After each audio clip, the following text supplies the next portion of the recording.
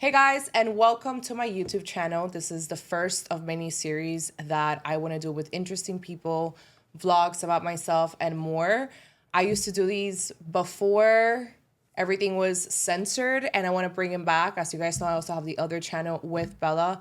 And today we're going to talk to a very special guest, a local hero from what, it depends on who you ask, and a very controversial figure, Enrique Tarrio from the Proud Boys. And this is obviously a huge deal. He just got out of jail. He is what we would like to call a January 6th political prisoner. And I want to discuss with him his truth, what happened during January 6th, the events that led up to that. Also, what his plans are in the future, and a lot more other things. So without further ado, welcome, Enrique, to my YouTube channel. Well, thank you. Thank you for saying I'm an interesting character. I think I'm a regular run-of-the-mill dude. But again, thank you. Thank you for having me on. Of course. So I think, it depends on who you ask. And I think that's for everybody. It's the same thing with Trump or, figures like Roger Stone or even myself. There's people that are going to like you or love you. And there's people that are going to say, you're a piece of shit. It's the same thing with everybody. Mm-hmm. So I think that if it wasn't like that, then you wouldn't be memorable. Right. Yeah. So it's that usually happens. It usually happens with effective people. Now, I'm not saying I'm effective, but I'm saying it usually happens with effective people like Stone, right, like Trump. And, we live in an age where controversy, like everybody wants to blow things out of the water. I've heard that people call me extremist or whatever, but I always ask, the counter is like, what is extreme about my views? What makes it extreme? Which one of my beliefs are that of extremism or terrorism or whatever else they want to fucking call me. Right. But again, I think I'm a run-of-the-mill dude, nothing special. I don't say anything new. I don't say anything dynamic, but I do have my views and I'm pretty loud about them. Yeah. Well, they call everybody extremists, and I think that's why we have Donald Trump and the culture has shifted so much, because for a while the left did have the power and they were on top of the world, and they were able to call anybody who really challenged the establishment or any of their point of views extremists without actually being an extremist. So we can get into the definition of why it is that they've called you an extremist, but at the end of the day, they've lost that power to say, you're an extremist, I'm an extremist. I was called an extremist for being an anti-vaxxer. And now we have RFK about to be confirmed as, the health secretary. Many of us were called conspiracy theorists and extremists because we didn't want to wear a mask during COVID. So these terms have been kind of like diluted because they were overused and misused for so long. But I wanted to ask you, for the people that don't know about the Proud Boys, what you guys represent, who you are, what you do. Can you tell us about that? Because to be honest with you, even on the right, there's a lot of people who don't have an understanding of the group, period. And then some of them, they also kind of fall in the category of the left that say, oh, these are radicals. Like, we don't want to associate ourselves with them. Like, these are not real conservatives. So you can just talk about that. Well, the beauty of the Proud Boys is if you had another Proud Boy sitting here, you'd probably get a different answer. Okay. So, let's say, example, a pro-life group, right? If you're part of a pro-life group, you kind of know exactly what you're focused on, right? With the Proud Boys, it's kind of like a scattergun. Okay. Right? The goal of the Proud Boys is just to make better men, period. And how you do that, there's different ways to go about it. We try to make better husbands, better fathers, better neighbors, better sons, better cousins. So, like in my case, when guys come in, I try to make them work for themselves. I try to make them quit their job. But on the offset, there are Proud Boys that are more focused on politics. There are Proud Boys that are more focused on family. There are Proud Boys that are more focused on their home life. So would you say it's like a fraternity for adults? Exactly. In a way? So the main thing about our membership is it requires two things: that you believe that the West is the best, and that you are born a male. And then the only requirement after you join and you become a member, or what we call a brother after your second degree, is that you go out once a month with the guys and have a beer, right? We do have tenets, and those tenets range from First Amendment rights, Second Amendment rights, venerate the housewife, glorify the entrepreneur, closing private prisons, which I think I have a different view on that right now. Yeah. But all you got to do is be a male, believe the West is the best, and come out to drink beer with the boys once a month. There's a small percentage of us that are very political. I come from a very political family, and I've been doing this since 2004. You know, I worked in the second Bush campaign, and I've worked every general, midterm, and special election since then, either knocking on doors, being a campaign manager. So the Proud Boys were founded basically as a joke on Gavin McInnes's show. He was trying to get his intern laid. He was a 25-year-old virgin. It still didn't work.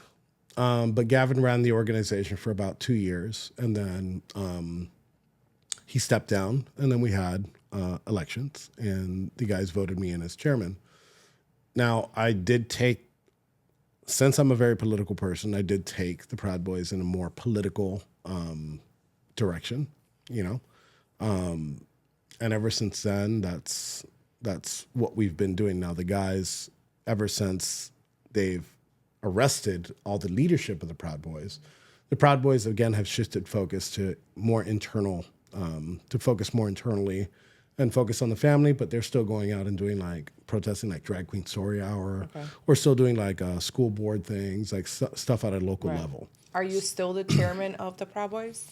Unfortunately, I can't answer that question because as our policy 3 years ago, we do not discuss what our structure is for safety reasons. Okay. And obviously, we did discuss our structure before, and I was arrested for not doing something. So for that reason, we don't discuss what our. But you're still involved. I'm definitely still involved. I am definitely the president of the local chapter. Okay. I could tell you. But there's different chapters, right? Like even in Miami, isn't there like a split between two groups? From my understanding? No, there's not a split between two groups. We've existed for about 8 years. Okay. And we've kicked out a lot of guys.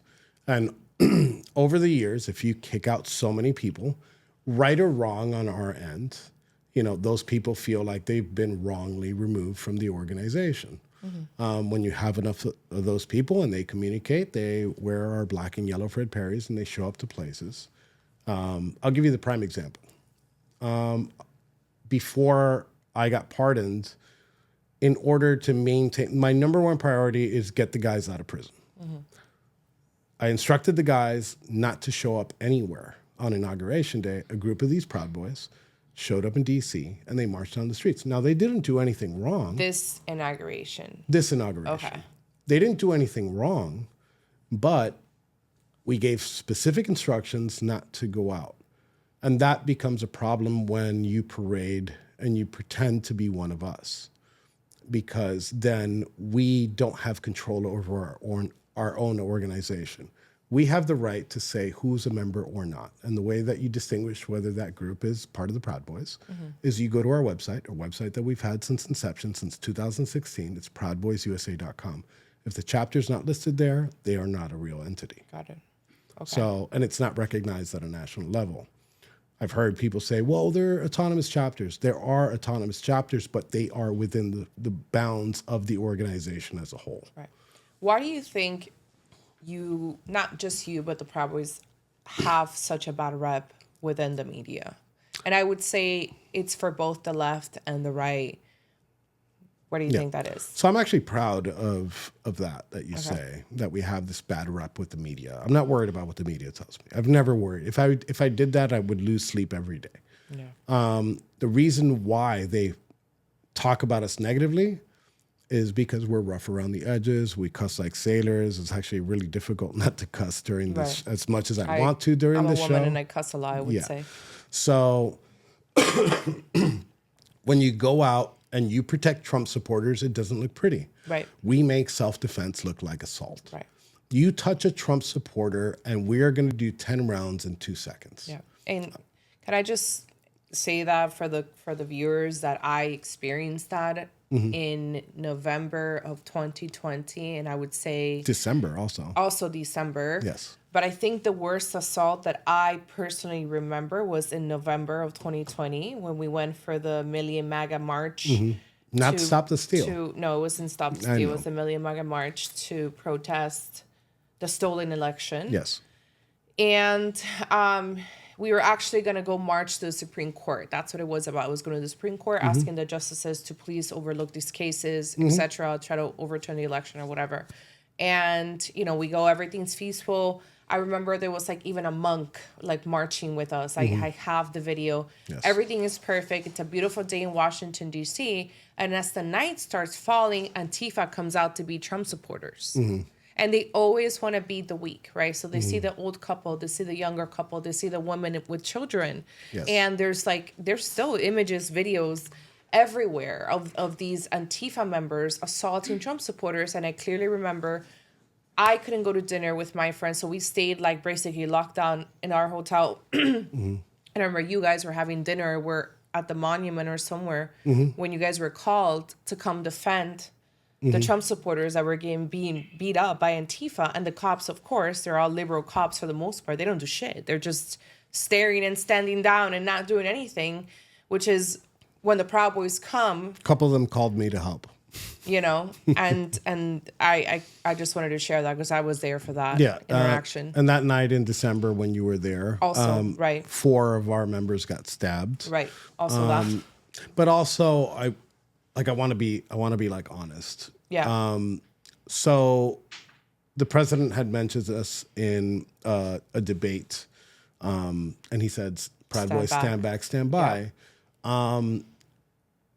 As the national head of the organization at the time, I did not run my local chapter, but I did ask the guys to please put in a vetting freeze because a lot of people wanted to join on that point. And obviously we want new membership and we want to grow our organization, but we do want to grow our organization the right way. We don't want to bring in a lot of people. It's kind of like immigration. We don't kind of want to bring in a lot of people and then unvetted, and they kind of try to change the culture. They don't understand what we're about. And I don't think a lot of people understand what we're about because we are so secretive about our meets, right? Our meets are number one. So the vetting continued.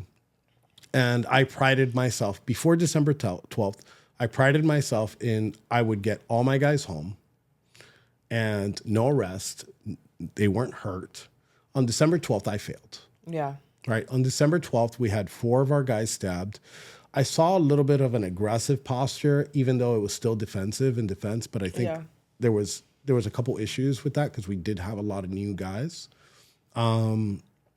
So after December 12th, before January 6th, I decided that I was going to take full control of the guys that would go to these national rallies. And I created this thing called the Ministry of Self-Defense, which was a smaller, more focused group on safety and protection of Trump supporters. But it was a group that didn't have these new guys. I'm not going to use the term here because you'd probably get banned. These new guys that came in because I wanted to make sure that we were doing the right thing in these streets and protecting these Trump supporters. Right. So on December 12th, I did see an aggressive stance and I went to correct it. Interesting. Well, yes. I was there for that. And you know what? We thank you for that because even our hotel was attacked. I have a really crazy video of me filming in my window in Washington, D.C. And it's just, maybe I can post Did they throw fireworks? Yes. They were throwing fireworks at people. Then you were at the W. Yeah, they were throwing fireworks at people. It was crazy. I mean, we couldn't even go eat that night. We just got stuff from like the little shop or whatever at the hotel. Were you staying at the W by any chance? I think it was the W. Or the hotel right next to it. What is it called? Wilfred? You were watching, the Freedom Plaza right across. Right. We got called there. Yeah. And we had to clean that place 3 times in November and 4 times in December. I remember clearly. Because the cops weren't allowed to go in. Yeah. And we sweeped Freedom Plaza completely because they were throwing the downstairs is a restaurant. And there was Trump supporters eating at the restaurant. Right. And there was vendors outside selling merchandise. And Antifa came by and started throwing fireworks. And when we got there, they stopped throwing fireworks. Right. Because they couldn't move their hands. Yeah. it was a whole mess, and in December it was even worse, I think. You know, We had a good time. Speaking of Antifa, where is Antifa now? What's going on with them? And I don't mean locally, because we've never really had a huge Antifa presence here in Miami. It was No. very little, and they just kind of were scared away because it's just a very tough market for them here. Yeah. But in general, nationally, what's going on with them? So on a local level, Right. there was this thing where what we try to do is we try to infiltrate these left-wing groups. We have a specific, it's called the OSS team, and that came out also on trial. That's why I could talk about it. We had an OSS team that would go ahead and kind of like make Miami Antifa pages. This was back in like 2017. So we kept them disorganized so they couldn't really organize down here. As far as locally, you got two retards probably on Twitter running like that. I think it's called like Antifa Miami or something like that. So really, there's nothing to worry about because really it's just a Twitter page. I don't even address them because it's pointless. I agree. I tell this to people all the time. But on a national level, we are seeing, since we're seeing the culture shift, I think you're also seeing these left-wing militant groups kind of die out. Yeah. But obviously that's a good thing. But I wouldn't say that they're completely gone. What they'll do is they'll just rebrand, right? They hijacked the Wall Street, the Occupy Wall Street movement back then, right? They hijacked that. Then we had the Ferguson riots, and then 2016, 2017, then George Floyd. So then we saw a movement there, and it's kind of died off because of all the infighting. 2, the culture has changed. And I think just 3 in general, like people don't want to be maybe some of them have matured and been like, you know what? Everything got married, I did before. Actually got laid. Yeah. They started living the American life, actually. And I'm hoping that's the case because some of them are just like kids, anarchist kids that just want to, we saw them attack, and 2 of them went to jail. 3 of them went to jail here. Maybe you were in jail at this point. Maybe they went to jail and they're like, oh, wait, hold on. I got to change my life. So we were heavily attacked, not attacked, but, kind of like, I don't even know the word. But the point is that there was an Antifa chapter here, right? And they were going to the school board protests around the same time that we were going to the school board stuff to, protest the mask and everything else. Yeah. And there's this one kid who wasn't from here. He's originally from California, Caleb Freestone. And we were keeping track of Caleb because he would always show up at school board protests and in the meetings. He was wearing a full, what is it called? The gator, whatever, like full mask, right? Somebody would see him.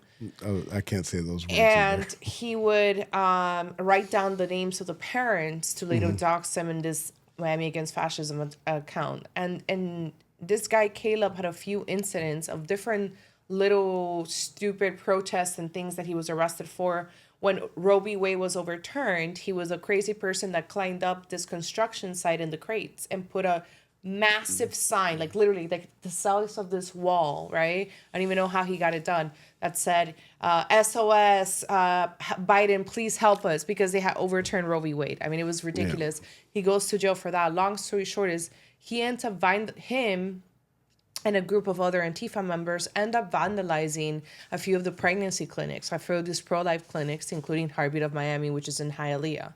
So they end up going to jail. We helped the founder of Heartbeat of Miami, Martha Avila. We helped her identify Caleb Freestone, and they were actually the first arrest in all of the United States, and the first people to go to jail and indicted for the what is this? It was at a state level, I'm assuming? It was at it's a federal level. Federal level, wow. Yeah. Actually, the Biden administration did that, which was kind of crazy. Well, let's not give them all the credit. No. Maybe a prosecutor that's like, you know what? Yes. Forget whatever they say. I'm going to do what I want. Right, and he had, like I said, he had a history of shock activism, of doing stupid shit to like try to get famous. Yeah. But long story short is that they went to jail. Like, he's still in jail. He's in a year and 1 day in federal prison. And the other chicks, they only did like 3 months or something like that, or maybe less. I can't remember. But the point is that they got in trouble and everything's been kind of like low key ever since then. Yeah, and I agree with what you said about the culture. Like it's cringe to be a liberal now. Yeah. Yeah, it's not cool. It's not cool. The liberals did own the culture war for a very long time. Yep. And like these groups, again, I think that they might morph into something else. Yeah. They might and we spoke about it on the walk up here. I think left-wing populism is what they're going to focus on. And that left-wing populism actually might bring more militant leftists up in the future. So it's not like they're completely gone. There's always going to be a battle. It's always going to be a battle. It might be a new name. It might be a rebrand. Right. You know? So at least me and my guys are always going to be vigilant. And we're always going to be finding information, new information. And if they want to fuck around, they're going to find out. Good to know. We need that. Now let's shift a little bit towards the January 6th, which is what, it's probably what people want to hear. And what people are most concerned about is the infiltration of, or not just that, but the weaponization of the DOJ, the Department of Justice, the FBI, the CIA against American citizens during the Biden regime.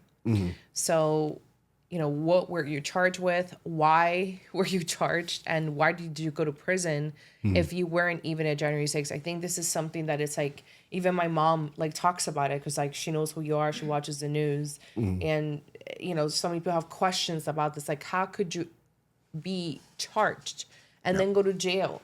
You weren't even there. Yeah. So I think if you can explain that situation to our viewers, that'd be great. Okay, so it all started on December 12th. I burned a BLM banner on December 12th, and I admitted it. I proudly burned this banner. I knew coming into D.C., I won't say how, I knew coming into D.C. that I would be arrested. Therefore, I purchased a ticket specifically on January 4th because I Googled and I found out that D.C. Is a no cash bail district, meaning that the next day when you see the judge, if there's no violence, then they release you. You don't need a bail bondsman. You don't need none of that. So I said, well, I'm going to get arrested on January 4th. They're going to bond me out January 5th, and I'm going to go see this president speak on January 6th, right? Which was the plan. But they threw a wrench into my cog, and the judge is like, yeah, I'm going to release you, but you can't be in the district. Well, at the beginning, I was pissed off. I was like, no, blah, blah, blah. And then I thought about it. I'm like, well, you know what? Fuck it. I've seen the Trump speak a million times. Yeah. It's not going to bother me. The guys can go out there, have some fun, watch the president speak. I was supposed to be speaking on 2 stages, one at 1:30 p.m. and another one at 2:30 p.m. So I wasn't really mad about it. I was like, all right, whatever. I rented a hotel in Baltimore. I left town. They also took my phone. And I watched it just like most people watched it. You probably found out about what was going on January 6th quicker than I did because I had to watch it on TV. Yeah. I didn't have a phone on the time. I didn't communicate. So I was, at the end of the night, I was like, well, I'm kind of happy. If these people get arrested for trespassing, which is what I thought the most serious crime committed there was going to be. I'm like, okay, well, I won't be arrested. Well, lo and behold, 2 years later, a year and a quarter later, they come and they pick me up. I end up doing about 5 maximum sentence for burning the BLM banner. God forbid you burn one of those. Yeah, seriously. And they picked me up. They came and they kicked down my door at 5 a.m. on March 8th of 2022. And they charged me with sedition, which, for those that don't know what sedition is one step under treason. It was actually, the charge of sedition was created in the 1400s so they can charge political opponents because they couldn't charge them with treason. So this dates back a very long time. John Adams, our second president, actually created the Sedition Act, right? And it was overturned by the Supreme Court as unconstitutional. They brought it back after the Civil War under a different name. And they charged me with something that there's more lottery winners in a month than there is people charged with sedition. Right? So Yeah, I don't think I've ever heard of. Yeah. In modern day times, at the very least, right? Yeah. So I got charged with sedition. They offered me a deal, sweetheart deal. They're like, well, if you go ahead and point a finger at Trump, then we'll give you bail. You can go home to your family, and we guarantee you won't serve another day in jail. I told them to go fuck themselves. And I went to trial with my 4 other brothers. And we fought, and we fought, and we fought not just against the government. We fought against the judge. We fought against the entire pressure of the United States government. And because I didn't flip, they gave me 22 years. And now, 3 weeks later, I'm sitting here. Pardons. Right. What evidence did they present against you to charge you for sedition? Because those are serious charges. Yes. They had 2 especially for somebody that wasn't there, right? Yeah. So they had 2 pieces of evidence. One was one of the guys that got stabbed that night, which when he got stabbed on December 12th, I sat and left. I stayed in the hospital the entire time. I extended my trip just to stay with him to make sure that he was okay. When he got released from the hospital, I was the one that picked him up. I snuck in some stuff into the hospital so he could enjoy the night. And I considered him a friend. And that person, they broke in his door and they found firearms. And they told him that if we don't get you for the sedition, we're going to get you for the firearms, and you're looking at time in prison if you don't flip. So he decides not to flip at first and tells them the real story. But when they applied the pressure, he changed his story and said that we planned the whole thing. So that was piece of evidence number 1. Piece of evidence number 2 is this document called 1776 Returns. This document was sent to me, and it was sent to me, and I got a flood of Telegram messages that I don't open, right? I literally, at that point, I had unread messages on my Telegram was 2.3 million messages. So somebody had sent it to me. I never opened it. But when they take my phone, they go through the phone and they find this document. So they take this in front of a grand jury, and they're like, he had this on his phone, look. But they didn't tell them everything that the forensics people with the FBI said, because the forensics in my trial testified that I never opened the document. Right. Therefore, I was already charged by a grand jury, wrongfully charged by a grand jury for evidence that can't even be used in court. Now, this document, they said that the name sounds nefarious. I don't. But I actually got to read through this document, and the document just outlines something basic. You go into a building, and you sit in, like those sit-in things that liberals are used to doing. And on the basis of that alone, I should have been exonerated. There's no fucking way that I would ever get my guys and do some gay-ass sit-in, right? Can you imagine the Proud Boys walking into a building, locking arms and sitting down and waiting for cops to pull us out? I would never put my guys through that. Right? So the document isn't even a nefarious document. It's a gay document, right? I'm not doing it. I'm not doing it. I'm not putting my guys through that. I would never do it myself. So on the basis of those 2 pieces of evidence alone is how they indicted me. We went to trial, and then we had a jury, not of our peers. If anybody has ever been to D.C., just talk to a local. 8% liberal. Okay? The ratio of fat women with colored hair is ridiculous. And the amount of people that scream at you when you wear a Trump hat at a restaurant is ridiculous too.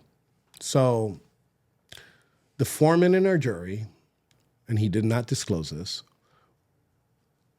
well, before I finish this, while we were going to trial, the Proud Boys were protesting, like we've always protested, Drag Queen Story Hour. Guess who the foreman of the jury was? An organizer for Drag Queen Story Hour in the DC area, which the Proud Boys were protesting. So while he was going to trial every day for 6 months, might I add, the Proud Boys were protesting his events. And he sat in that foreman box, and he was the leader of the jury, and he convinced the other,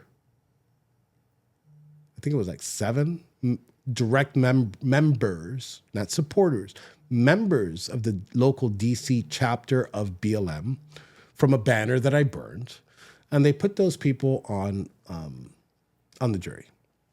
We wouldn't be talking about none of this shit if they would have simply allowed us to hold our trial in a place that was more politically neutral. So with that, that is how they convicted me. That is what they tried to get me to do, to get no time off. And there's a whole bunch of factors within that. And we don't, if you had a show that was like about 5 hours long, I could detail just the trial alone. But yeah, that's basically the gist. That's a good summary, because I mean, I didn't know. That was one of the first questions that I asked you when I first saw you. Like, I didn't know, right? Because they said sedition, and you see the headlines. I'm like, okay, but he wasn't even there. Like, how the hell does? And that was everybody that I would talk to was like, how is this possible? Obviously, we know we're under a very polarized and also weaponized system. Who was putting, basically they were even targeting parents that were going to the school board as terrorists at one point. Yeah. So it's not surprising, but the details were kind of, we just didn't know the details. Yeah, and it's a branding and marketing thing, right for them. Yeah, they saw sedition, they needed to stop. Need the leader of the Proud Boys under sedition. It's a big deal. They needed to stop the movement. So what they did is, okay, well, you know what? Arresting these people are not enough, because these Trump supporters, beyond that, of the people that were arrested, were big supporters of this injustice that was happening. And they're like, wait, we can't stop. Even if we put these people in jail, they can't stop us, right? So we're like, okay, so what we got to do is we got to pick off the leaders, right? I was a very vocal person. I was the leader of the most marketable group that went into the Capitol that day, right? And even my own guys that went into the building, if they sat here, because I've talked to every single one, they will tell you they did something wrong that day. They trespassed. That they would have accepted a trespassing charge, right? Yeah, I mean, that's probably the most normal charge. But it's true, right? Like you're not supposed to be there, right? I don't agree with some of these people that say, well, this is my house and I can do whatever I want. Well, kind of no. I mean, it wouldn't be risky if you weren't at least trespassing. But to call us seditionists, to call us terrorists, and to put us in jail for 22 years, those people got to pay for that. Yeah. And I'm hoping that there's going to be lawsuits. We're working on it. Is that something that you are thinking of doing? Yeah, I feel like it's not enough to just give you back your freedom. Yeah, no, it's not enough. What about the legal fees? Well, I go beyond that, right? So yeah, we are attorney shopping right now to kind of see what our best options are. Right. I don't want to put up. I've seen this in other cases, not January 6th cases. I've seen a lot of people. Oh, I'm going to sue this people. Here's my fundraising link, right? And they just fundraise off this frivolous lawsuit. There's no frivolous lawsuit for any of the 1,600 defendants here. So we are looking at our options on what to do. We're finding the right attorneys, but we will be announcing something very soon. But that's not enough for me. We've heard that FBI agents are fired, prosecutors are fired, and I'm a very patient person, so I don't want anybody to take this as I'm complaining, but there's more to do. They can't just be fired. What does that look like for you? They can't just be fired. They need to be investigated. Okay. And if they're investigated, a crime will be found. And if a crime's found, I want them to be put in a concrete box for a very long time, like they did to me. I was in there and I was in solitary confinement for 3 years, but I'm telling you, one gets used to that shit. What they did to my family and what they did to my people, there has to be retribution. And I'm not saying violent retribution by no means. I'm saying there has to be retribution. Right. They need to see that this is not okay. We can't play by the same rules that Republicans always played and be the bigger person. This is war. No. And truly. I want accountability. Retribution is accountability. Is there talks to that? Because I thought I even read an article today from the New York Times that they had appointed a new person. I can look it up right now. I forgot his name. But I read that they were going to be investigating the January 6th committee. No, not just the committee. I think everybody involved with this either needs to get fired and needs to be investigated and needs to be put in prison. This guy, I don't know if you've heard of him, Ed Martin. So yes, I'm very familiar with Ed Martin. Who was in the mob outside of Capitol on January 6th, is now leaving the U.S. Attorney's Office and has been put in charge of dismantling this sprawling investigation of January 6th that he has energetically opposed. So I don't know if that's... Ed Martin is the perfect person to investigate. And yes, I have heard that. And it is confirmed that he is the person that's going to be doing this. I think he's going to do an excellent job. I think that he is what Matt Gaetz would have been in the DOJ. Yeah. I'm a very big fan of Pam Bondi, by the way. Yeah. But I think she's great. I think Matt Gaetz would have been a chainsaw. But I do think that Ed is going to do real good in that position. Yeah, I didn't know who he was. I just actually read this like 2 hours before meeting. And I was like, I will ask him about that too, because I had never heard of him. I know you just spoke right now about the retribution and what they did to you, what they did to your family. Can you discuss that? Yeah, of course. Has your family had any, I'm sure, aside from the fact of, seeing you go through all this stuff and whatnot, what have they gone through? My mom and my wife has gone through a lot. The rest of my family too, but they have been on the front lines every day. They were at trial every day. And, I did very few visits. My mom would put like the strong face and I'd put the strong face, but I'd see right through it. Okay. Because I thought, honestly, I thought that I was going to spend the rest of my life in prison. And I had hope that Trump was going to win. I knew one way or another that something was going to give, whether it was appeal. Supreme Court did rule in our favor and took out one of the biggest charges, which was obstructing an official proceeding. So there was hope there, but still there was that worry. My grandfather, when I got home, he's 93. I mean, he's super active, but he's 93. You missed 3 years of his life. So the first thing he tells me, he doesn't tell me hi. He's like, I thought I was never going to see you again. Of course. And, Abuelo's a strong dude, but, I thought I wasn't going to see him again. I'd ask, my wife every day, hey, how's my grandfather? How's my grandfather? That's my boy. So, I think it was harder for them than it was for me. The most nefarious thing about being in prison is how easily one gets adapted. And that includes like solitary. That includes like you get used to the suck. You're like, oh, okay. The cop's like, oh, we're going to lock you in for 30 days. I'm like, all right, fuck you. Give me some ice. Give me some hot water. Let's do this. Yeah. At some point, like that is life. So you get used to it. But they did suffer more than I did. And then I'm going to repeat it. People that made that woman cry, those people have to pay. Yeah. Tell us what it's like to be in a U.S. prison, especially like a case like yours. So very different, I'm sure, than like an average. Right? Yeah. So I told you that like the Proud Boys have this tenet where it's closed private prisons. Right. And I kind of want to see if we kind of hit the eraser on that for a second, because private prisons are rent 10 times better than federal prisons. And I know the gist of the Proud Boy thing. It's kind of like stop the money flowing into the prison system so we stop arresting people.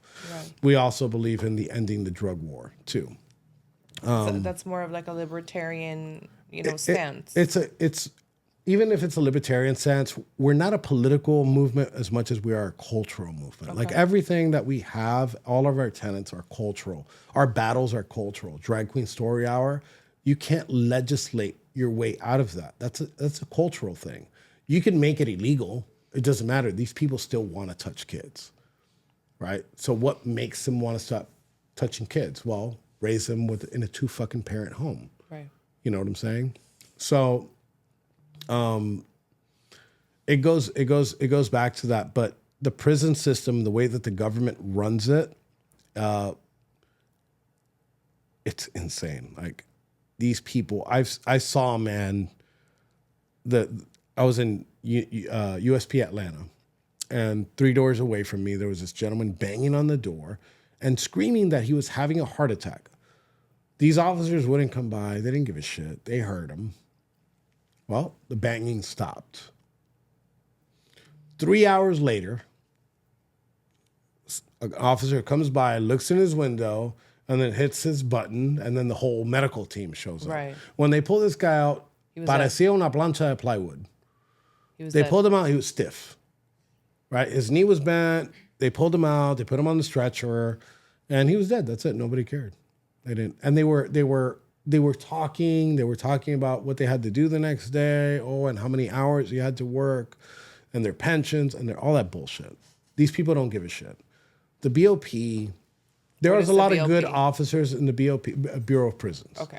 The BOP. There's a lot of good officers in the BOP, and I did meet a lot of good dudes that really actually cared. Obviously, my case was very political, so they vibed with that. They're like, "Oh, you're not supposed to be here." Yeah. But even those people have to be purged. You get me? No matter how good they are, the culture within the Bureau of Prisons and this goes for the federal government as a whole, the culture in some of these agencies is so tainted that you can't just be like, oh, well, we're going to hire a new director. No, you got to take the whole fucking brass out and restructure it completely. But that's like most agencies. Like, just try going to the DMV. I mean, that's one of the things that whenever people ask me about the government, I'm like, how do you feel about the DMV? And it should tell you everything else that, I mean, look at USPS. USPS is at hell. Compare that to like Amazon delivery literally, or exactly. They're doing a better job. The government needs to be more efficient. Yeah. And it needs to be restructured. And it needs to be purged. Yeah. Which is what's happening right now. Like if you're a taxpayer and we're paying these ridiculous amount of taxes, as a business owner, you pay these ridiculous amount of taxes. And for what? For what? What is it paying for? Yeah. It's paying for these prisons. It's paying for USPS. It's paying for USAID. USAID. Yeah, it's paying for USAID. To Gaza. Yeah, so like, we need. I mean, there has to be 4 years is not enough. So I'm gonna be. I know already. Looking forward, I'm gonna be very happy with what the president has done. What comes next? What comes next? What does the pendulum swing? Does Antifa come back out? Do these programs get refunded?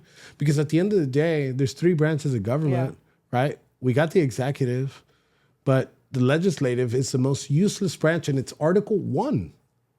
It's a reason why it's Article 1, because it's the most, I believe it's the most important branch.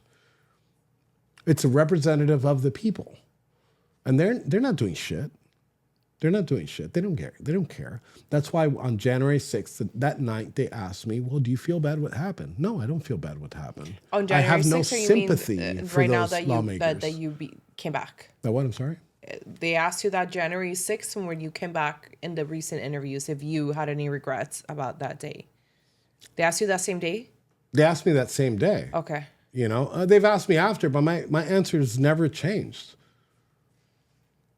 I have no sympathy for these people that work in that building, that they're supposed to be a representative of the people, that they don't give a fuck about their constituents. All they care is a popularity contest. They go over there, they try to make a show. I mean, they're great. They're great at marketing. AOC is a great marketer, right? But what has she done? What has she done even for her own cause? Right, but even some of our people, I really I really totally like Byron agree. Donalds, but today I was on the phone with somebody and I said, look, I really like him. I think he's well-spoken. I think he's a great leader. But what has he done that is so remarkable? What piece of legislation do you remember? It's just in general. And then, again, I like this individual. I like this lawmaker. Of course. I'm not saying anything bad. They said nothing. And I said, exactly. Because a lot of them, look at Marjorie Taylor Greene. I mean, she's very outspoken. And, I know she was on top of the January 6th situation, but she hasn't really done anything monumental. There's some people that I've chosen that I put them in a different category. Yeah. Though. like the president, like Marjorie Taylor Greene. I was a one-issue voter, Okay. right? Even though I couldn't vote. 2024, I was a one-issue voter. Do you support J6ers, right? Do you support the pardons of J6ers? Do you support getting the Proud Boys out of fucking prison? At this point, well, we could talk about anybody else, but President Trump, Marjorie Taylor Greene, I don't care what they do. You know what? Because they supported us. I might agree with you. Maybe there's some, but you know what? I'm not even going to talk about that because they've risen to a point where I put them in the same category as family. Yeah. Family can do no wrong. Publicly, I will never shit on any of them, right? Privately, I might be like, hey, these people are fucking up. But you'll never see me on a microphone shitting on anybody. I might disagree with the president at times, but you will never, from now on, you will never hear me disagree with the president again, right? Because he gave me my life back. Marjorie Taylor Greene was one of the only Congress people that walked into the DC gulag and checked on people, Yeah. right? She told the people to put the fucking cameras down. She was asking people how they were. So, but yes, to get back on topic of members of Congress, yes, there's people on our side that definitely are all talk, no action. I wanted to ask you really quick because we were when you were talking about Trump and you don't have any regrets for January 6th. There's an article from 2023 where it talks about your lawyer blaming Trump for January 6th. Of course. And the headline's wrong because I read the whole article. So the headline says Proud Boys leader blames Trump for January 6th attack as a case nears its end. You open the article, you read, and it talks about your lawyer saying that, it's really hard to get Trump and it's easier to blame Enrique, Yes. This is his direct quote. I think it was Donald Trump's words. It was his motivation. It was his anger that caused what occurred on January 6th in your beautiful and amazing day. It was not Enrique. They want to use Enrique as a scapegoat for Donald J. Trump and those in power. What you have to say about that? Well, there's two answers to that question. Number one, yes, it was misquoted. What we were comparing at that time were the followers, right? Way before that, on the transcripts, you'll hear that we're talking about who has more influence because they were trying to say that I was the ultimate, the judge actually said it, I am the ultimate leader of what happened on the ground on January 6th. The judge didn't even buy the Trump thing. Right. I was the ultimate leader. And our counter argument is, well, how is he so influential if he only has, I think at that time I had like 500,000 followers on multiple accounts. And the president had like 60 million followers. So it was a comparison. Second answer to your question is I probably have the two best trial attorneys in Miami. Their names Sabino Jaregui and Naib Hassan. Their job is to get me out of prison, to get an acquittal. Right. And that in the culture of attorneys is the most important part. We were also playing to a jury of DC residents. But throughout the trial, we did say multiple times that nobody caused this. This was a protest gone wrong. So if they want to take snippets off of it and to make it like a mainstream fucking thing, do you think that, fine. Do you think that they do that so that people turn on you? I believe they've done this in the past. And as a matter of fact, there's an article written on January 27th, 2021, right? About me being an FBI informant. That is one, right? So what they tried to do, we saw this in throughout our discovery. I'll give you the timeline of events. January 4th, I get arrested. January 6th happens. On January 12th, the FBI has a press conference. And a member of the media asked the FBI, what did they do to prevent this? Their first answer, and without thinking about it, because they already had this prepared, is they said, we arrested Enrique Tarrio. That was the first answer to that question. We arrested Enrique Tarrio. They saw that the momentum continued after January 6th with the Proud Boys and with Trump supporters. We were unapologetic about what happened that day. Me specifically, I couldn't be unapologetic or apologetic about what happened because I didn't have anything to do with what happened that day. So the FBI, within their own communications, started scrambling, and they said, well, we need to take down the Proud Boys. And how do we do that? Well, this wasn't a secret. This was things that I talked about. Before January 6th, I had my podcast, and I would talk about my work with the federal government back in 2013. It was a surprise to nobody that knew me. It was a surprise to the world, obviously, because it became a story on Reuters. So what happened is those proceedings were also sealed proceedings, meaning nobody could touch them except the DOJ and a judge. So how did a reporter from Reuters get his hands on that? The FBI leaked a sealed document to a reporter so they could disrupt the Proud Boys. Now, if you've ever heard about COINTELPRO, this is something that they've done with groups for very, very long periods of time. Right. They infiltrate, and they also seek to undermine. They need to destroy the leaders. group. Right. So what happened was true. What they reported on was true in 2013. And I was a security contractor But it for had 12 nothing years. to do with the current situation. No. So I was a security contractor for about 12 years. I worked with a lot of agencies, with the DOD, with the FBI, and not under any capacity, but I sold them software and things like that. This was back like in 2010, 2011, security cameras, access control systems. So when I get arrested for some other shit, right, they try to make me turn on my actual brothers. They try to get me to flip on my actual brothers. So I used my contacts. They eventually got charged with misdemeanors instead of getting charged with felonies. And I did get a sentence reduction, right? And this wasn't a secret. I'd speak about this openly. So again, it's the first story to come out while I guess I had a little bit more limelight at the time. But after that, there was no work. I lost my contracts. I lost all my security. I was a security contractor. I lost all my contracts in 2016 for supporting the president. I'm unapologetic about this. I don't understand how people that know all these things and they know the details of it and they continue to press on with that fucking story. If I was a federal informant or I worked for the Fed, the first thing the prosecutor would have done was pulled that card out right in front of everybody in the middle of trial. And they couldn't and they didn't because I did not do that. Did I work I work with law enforcement a lot when we did go to events. When you host a rally at like Portland, I think you've seen our rallies in Portland, and I'm bringing about 5,000 to 6,000 Proud Boys, and there's going to be 10,000 people in attendance, and you have protesters, right? It is responsible. It is my responsibility to contact local law enforcement and tell them, I'm coming into town. There's going to be 15,000 people at this rally. You need to put up barriers here.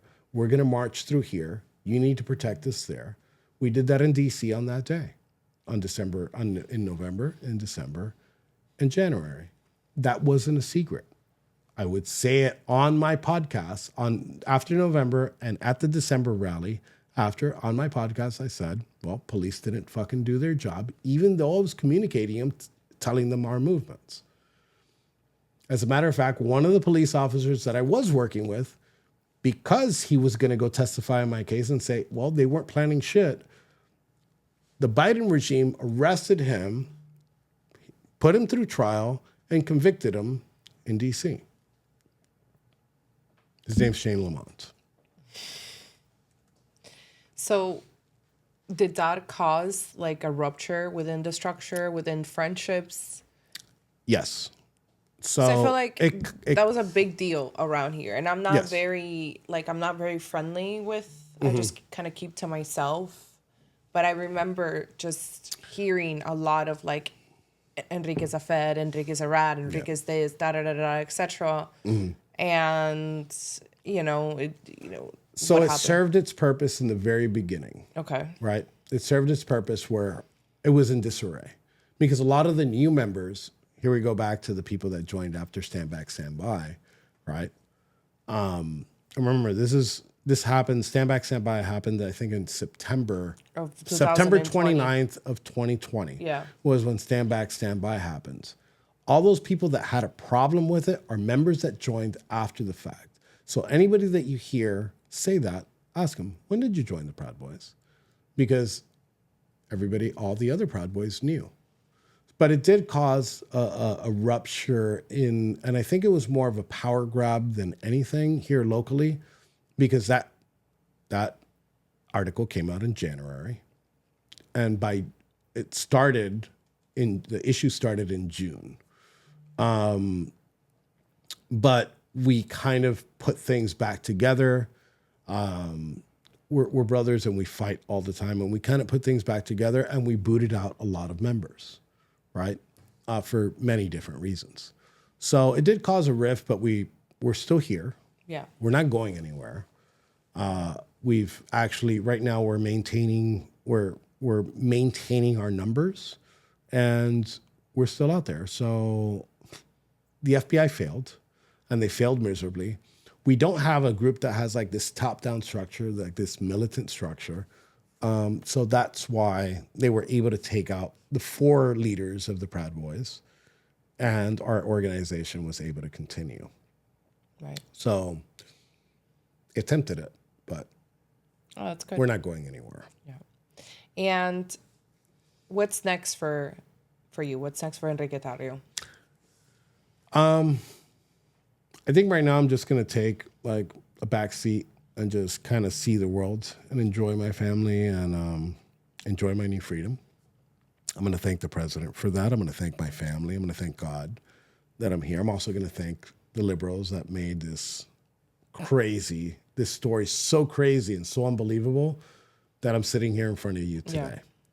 Yeah. An insurrection without guns, without weapons, without, just iPhones and polls and Trump flags. I'm gonna tell you this. If I would have planned it, it would have been successful. Yeah. But I didn't plan it because I don't want it to happen. I don't think we need that right now. Maybe in the future, give me a call. But right now, no.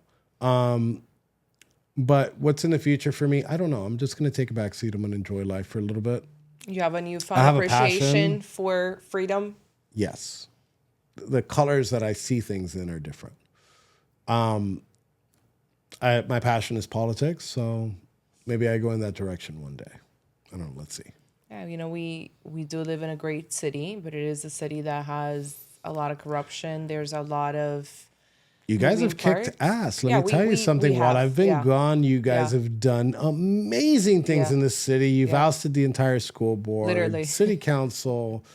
I think things are turning here in Miami, and I think this could be the red city, the only major red city in the country. It is. Yeah. And it's crazy how we don't get a lot of clout for that. I'm not saying me personally or you, I'm saying the city in general, right? There should be more headlines about that because this is a major metropolitan city, right? And everyone's down here. You have so many new investments coming here and organizing companies and whatnot. And you have completely flip red. You have a supermajority school board, which is unheard of for a metropolitan city of this size. It's so easy to do it too. Right. You have a Trump endorsed sheriff. Our supervisor of elections is a Republican. Every single person, for the most part, is a Republican, with the exception of the county mayor. Miami, you've kicked ass, man. You guys have done a great job. It's been great. The activist community and it's a true testament of activism. Cultural movement that's happening here in Miami. I'm super proud. I can't come home prouder. Yes. To this city. Oh, good. I'm happy Miami resident. Happy to hear that. I'm going to be a forever Miami resident. I've tried to move a couple of times in my life, and you won't last long. If you ever think about it and you're like, you know what, I'm going to move, you're going to last like 6 months. Because that's how long I lasted. I'm one of those, like, I wasn't born here. I was born in Colombia, but I still, like, I've been here for so long, over, 25 years, that I'm a ride and die 305 till I die. Amen. And some fun questions to end our great conversation. Where can we find the best croquetas, the best Cuban coffee, Cuban food? you know, if you would have asked me about 2 weeks ago, I would have said Isla Canaria, For croquetas. right? But La Bodeguita in Hialeah has the Yes. best croquetas Insane, in actually. Miami. Yes. You know, and I never, obviously, like, I don't go to she's probably looking at me with some eyes. I don't go into Hialeah too much. Yeah. But I went and I've never been there. It's worth it. It's amazing. So the Bodeguita definitely has the best croquetas in Miami. Okay, Bodeguita has the best. What about Cuban coffee? Cuban coffee, I'm going to go with the corner of my house, La 57 Flying. La Perla del Sur has the best Cuban coffee ever. It's probably not too good, but those are my people. And coffee, getting Cuban coffee in Miami is not actually not about the hard. coffee. Yeah. No, it's not about the coffee. It's about the place. Yes. Right? The coffee could be all right, but like if you vibe with the people that go there, the person serving you the coffee, that's what I go for. So I'm going to say the best coffee in Miami is La Perla del Sur. Okay, La Perla del Sur. And for Cuban food? Fuck, you got me there because I don't really eat a lot of Cuban food. You don't? No, I don't. Oh my God, No, really? I don't. But, all right, but wait. I'm a Colombian that loves Cuban food. What's that place on Bird? What's it with a mound of fries? Cristal? Café Cristal? No, Cristal. Rio Cristal. Rio Cristal. Is that even Cuban? I don't know. That is Cuban. That is a Okay, Cuban so place. Rio Cristal is the tits. But I don't really consider it too much like a Cuban thing because they like mix it. It's like a American fusion because they Yeah. put like a shit ton of French fries and Yeah. steak. So I'll go with Rio Cristal, and if not, the best Cuban food in Miami is Flanagan's. Oh my God. Thank you. I went viral. I went viral on TikTok, like not even trying to, with a Flanagan's video. I love Flanagan's. Me too. Like I wish they gave me a sponsorship. If you're hearing this, I would love to. Yeah, I love them. Yeah, I haven't. There's no better place too. It's so fun. It's affordable. The ribs are it's consistent. You know what's insane? Now that you tell me this, I have not been to Flanagan's since coming back. You gotta go. Go right now. I feel go right shameful. after this. I feel shameful. I think Go to the one in the Grove. I think I'm gonna go there. I mean, seriously. I love Flanagan's. It's one of my favorite places too. I go all the time, and I tell people that come here, I'm like, before you go, you know why I went viral on TikTok because Flanagan's. I was like, not even trying to, but I did a video that I said, I know you guys like coming to Miami and going to expensive places like, you know, Pappy Steak and this and that, but you can never go wrong with Flanagan's. No, And it you was can't. like hundreds of people in the comments like that. Yeah, yes, best place. It was great. I got a whole cupboard with Flanagan's cups. Oh yeah. So Yeah, it's yeah. you So know, sponsorship from Flanagan's, please. Give we'd it have to the me cups. and Linda. We'd We'll have do the cups right commercials. here. We'll Right do the here. commercials. I'll put it on my show. Let's go. Just give me free Exactly. food. I'll work for free. Just get me food. And where can we find you now that you're back? So Socials. you can find me in two places. Okay. One I'm a little bit retarded about, but let's start with the main one. You can find me on Twitter, Okay. and you Zoomers rename Twitter now X. You can find me at Noble1. That's ONE, not the number one. Noble1 on Twitter. I do a lot of shit posting there. I love Twitter. Twitter's great. I'm a big Twitter user. I was a Twitter user back in Yeah. 2007. Lost my account in 2017. So I'm back on. I can't be happier about it. Kanye West already shows how much free speech Can you we have. push? How much we can Oh push the my envelope on God. there. Wow, that you was don't have to agree with them, but insane. it is entertaining. I was cracking up. I Yeah. mean, I was in tears all weekend with this guy. And my second platform, which I'll be honest with you, if you follow me on that account and you're He's like, just what the hell is starting this to guy get it again. doing? I don't understand what I'm doing on it, but I do have Instagram, and it's my name in reverse. It's at Tarrio Enrique. Tarrio Enrique. But I think you could just search Enrique Tarrio and then just put people, and you can find me there. Go ahead and follow. I have a small following now, so I'll follow you back if you follow me. Awesome. Well, thank you so much for having us. And guys, please don't forget to share, like, and subscribe to my channel. And we will see you next time. Thank you. Thank you.